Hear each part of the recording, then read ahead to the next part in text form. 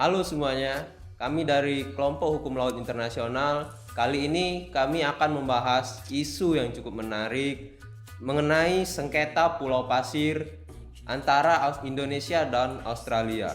Pulau kecil ini menyimpan sejarah panjang dan menjadi titik perselisihan antara dua negara yang bertetangga ini. Pulau Pasir, yang oleh Australia disebut Ashmore Reef, dan masyarakat Rote dikenal sebagai Nusa Solokaek, terletak di Laut Timur. Pulau ini lebih dekat ke Pulau Rote, Nusa Tenggara Timur, dibandingkan dengan Australia.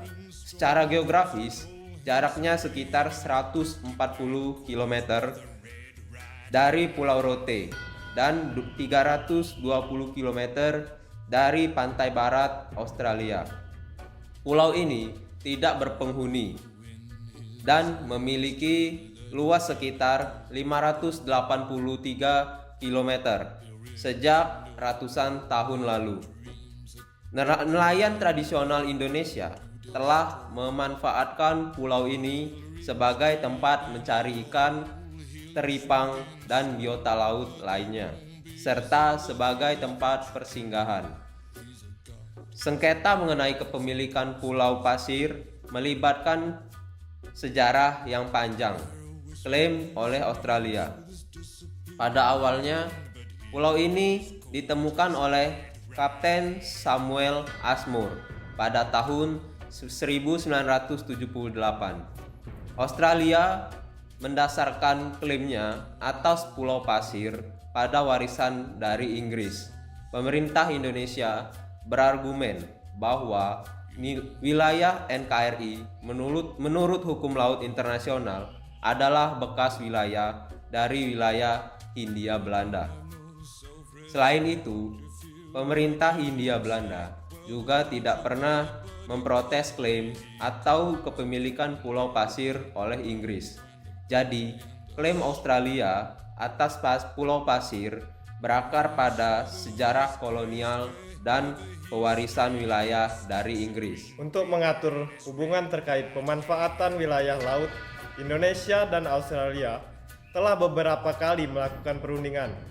Salah satu yang penting adalah penandatanganan Memorandum of Understanding atau MOU yang dilaksanakan pada tahun 1974. MOU ini mengatur izin bagi nelayan tradisional Indonesia untuk singgah, mengambil air bersih, dan mengunjungi makam leluhur di Pulau Pasir ini, serta menangkap ikan yang ada di kawasan Pulau Pasir ini.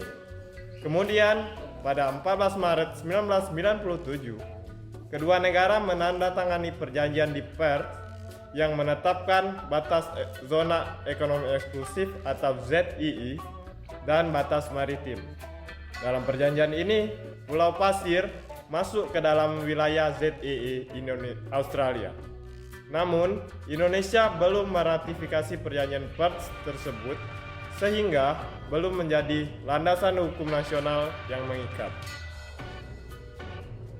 Meskipun ada perjanjian, kasus penangkapan nelayan tradisional Indonesia di sekitar Pulau Pasir masih sering terjadi.